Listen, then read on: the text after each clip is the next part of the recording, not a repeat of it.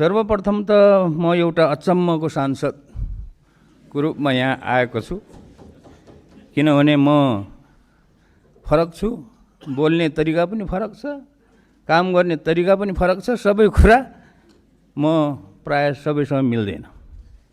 त्यसैले म आफ्नो परिचय पनि दिन चाहन्छु र म कसरी यो ठाउँमा आउनै नपर्ने मान्छे यो ठाउँमा कसरी आइपुगेँ भन्न पनि चाहन्छु। म अमेरिकामा पढेर नेपालमा 2049 साल भाद्र महिनामा आएको र अहिलेसम्म 33 वर्षभन्दा बढी काटिसक्यो। एउटा झोला बोकेर पूर्णकालीन समाजसेवीको रूपमा काम गरिरहेको छु र म चाहिँ राजनीति गर्ने राजनीतिज्ञ होइन।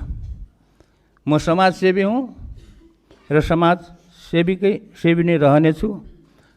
सदनमा मेरो भूमिका पक्ष विपक्ष भन्दाखेरि पनि निष्पक्ष हुनेछ।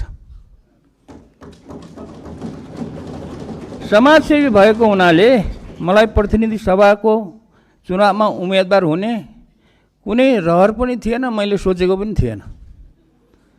तर 2082 साल भाद्र 23-24 गतेको जेनजी आन्दोलन भएपछि जेनजी भाइ बहिनीहरूले मलाई नै बोलाएर शिक्षा तथा विज्ञान मन्त्री बनाइदिए। त्यति बेला म ताप्लेजुङ जिल्लाको गाउँ गाउँमा किताब बेचिरहेको थिएँ।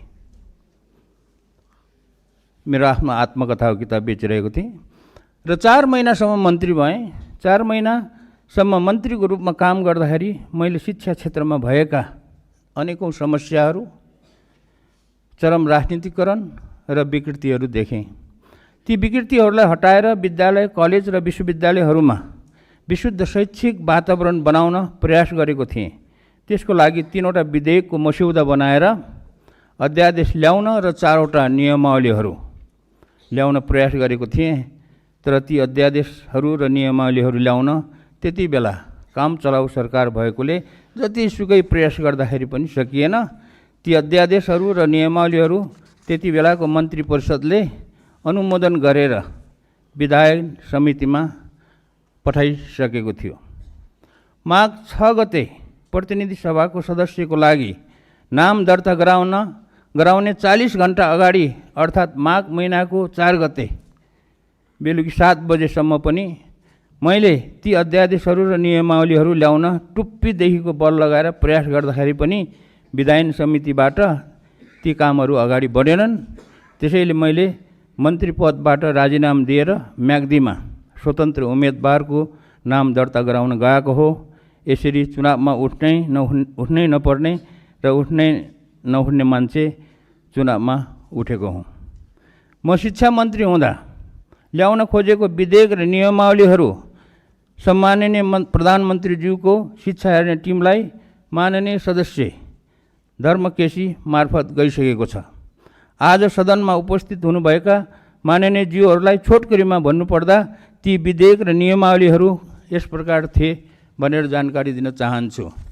पहिलो अध्यादेश हाल भएका 18वटा विश्वविद्यालयहरूको व्यवस्थापन र सञ्चालनलाई राजनीतिकरणबाट मुक्त गरी पठन पाठनलाई प्रभावकारी बनाउन छाता कानुन बनाउने थियो। त्यसमा सम्पूर्ण विश्वविद्यालयहरूको कुलपति प्रधानमन्त्री हुने व्यवस्थालाई हटाएर योग्य र इमान्दार प्राज्ञिकहरूको समूहले विश्वविद्यालय सञ्चालन गर्ने भन्ने विधेयक थियो। विश्वविद्यालयलाई राजनीतिबाट मुक्त गर्न यो काम गर्नै पर्छ। दोस्रो अध्यादेश विश्वविद्यालयमा लेक्चरर, उपप्राध्यापक, सहप्राध्यापक र प्राध्यापकहरूको नियुक्तिमा भएको चरम राजनीतिकरणलाई हटाउन र योग्य व्यक्तिहरूलाई नियुक्त गर्न हाल प्रत्येक विश्वविद्यालयमा भएका 18वटा विश्वविद्यालय सेवा आयोगहरूलाई खारिज गरी लोकसेवा आयोग जस्तै एउटा मात्र सेवा आयोग गठन गर्ने भन्ने विधेयक थियो। तेस्रो अध्यादेश अर्थतन्त्र विकास गरेर नेपाललाई कागजमा मात्र होइन कि आर्थिक रूपमा नै एउटा समृद्धिशाली देश बनाउन र युवाहरूलाई स्वदेशमा नै रोजगारी सिर्जना गर्नको लागि विज्ञान, प्रविधि, व्यावहारिक अनुसन्धान र नवप्रवर्धनलाई उच्च प्राथमिकता दिने र प्रतिभाशाली र सृजनशील युवाहरूलाई देशमा नै राखेर उनीहरूको प्रतिभालाई उजागर गर्ने मौका दिनको लागि प्रधानमन्त्रीको नेतृत्वमा एउटा विज्ञान प्रविधि अनुसन्धान तथा नवप्रवर्तन कोषको निर्माण र सञ्चालन गर्ने भन्ने विधेयक थियो। यो विधेयकको बारेमा मैले विगत 20 वर्षमा बनेका धेरै सरकारहरूलाई गरेको विनम्र अनुरोध भालुलाई पुराण सुनाएको जस्तो भएको थियो। अहिलेको सरकारले पक्कै पनि यो कुरा सुन्छ होला भन्ने विश्वास छ। यो सारा नेपालीको अनुरोध हो, मेरो मात्र अनुरोध होइन। 4. विज्ञान प्रविधिको विकास नगरिकन कुनै पनि देश आर्थिक रूपमा समृद्ध नहुने भएकोले नेपालमा एउटा छुट्टै र शक्तिशाली विज्ञान प्रविधि अनुसन्धान तथा नवप्रवर्तन मन्त्रालय खोल्नुपर्छ। त्यसलाई चलाउन सक्षम विज्ञहरू राख्नुपर्छ भन्ने मेरो भनाइ एउटा कानले सुनेर अर्को कानले नउडाइयोस् भन्ने मेरो विनम्र अनुरोध छ। यो कुरा म आफू नै शिक्षा तथा विज्ञान मन्त्री हुँदा जोडतोडले उठाएको थिएँ, तर त्यति बेला सफल हुन सकिएन। 5. विद्यालय शिक्षा सञ्चालनको जिम्मा स्थानीय सरकारलाई दिएको हुनाले विद्यालय शिक्षामा धेरै विकृतिहरू जन्मेका रहेछन्। यो कुरालाई ध्यानमा राखेर शिक्षा नियमावलीमा धेरै नै सुधार गर्नुपर्ने छ र सो कुरा मैले प्रयास गरेको हो, तर भएन। जस्तै उदाहरणको लागि विद्यालय व्यवस्थापन समितिको गठनमा राजनैतिक हस्तक्षेप हटाउने, योग्य प्रधानाध्यापकको नियुक्ति गर्ने, शिक्षकहरूको सरुवामा राजनीतिक प्रभाव हटाउने र दरबन्दी शिक्षकहरूको दरबन्दी बढाउने जस्ता। ल म सकिहालेँ, यति समापन गर्नुहोस्। म 1 मिनट दिनुहोस्। र 6 नम्बरमा यो सिटिभिटीलाई पुनर्संरचना गरी त्यहाँबाट पनि राजनीतिकरण नहटाएसम्म र नयाँ सिस्टम नबसालेसम्म त्यहाँबाट विद्यार्थीहरूले सिपमूलक प्राविधिक शिक्षा प्राप्त गर्न नसक्ने कुरा प्रष्ट पार्न चाहन्छु। अहिले त्यहाँ अधिकांश सैद्धान्तिक पढाइ मात्र हुने गरेको छ। त्यसको लागि मैले शिक्षा मन्त्रीको रूपमा चालेको कदमहरू पुरा भएनन्। अहिलेको छोटो समयमा सबै कुरा राख्न सकिनँ। ती गर्नै पर्ने सबै कुराहरू बेला बखतमा भन्दै गरौँला। अन्तमा राष्ट्रिय स्वतन्त्र पार्टीका सम्पूर्ण युवा भाइ बहिनीहरूलाई नेपालको इतिहासबाट एउटा अत्यन्तै महत्त्वपूर्ण पाठ सिक्नुहोस् भन्ने अनुरोध गर्न चाहन्छु। इतिहास यस प्रकार छ। नेपालीहरूलाई राजनीतिक स्वतन्त्र दिलाई नेपाललाई विश्वमा चिनिने गरेर एउटा समृद्धिशाली देश बनाउनको लागि विक्रम सम्वत 2070 सालको क्रान्ति, 2015 सालको संसदीय निर्वाचन, 2046 सालको वृहत जनआन्दोलन र 2063 सालको दोस्रो आन्दोलन शहीद मधेस आन्दोलन भएको थियो। ती आन्दोलनहरूले जनतालाई राजनीतिक अधिकार पनि दिलाएकै हो।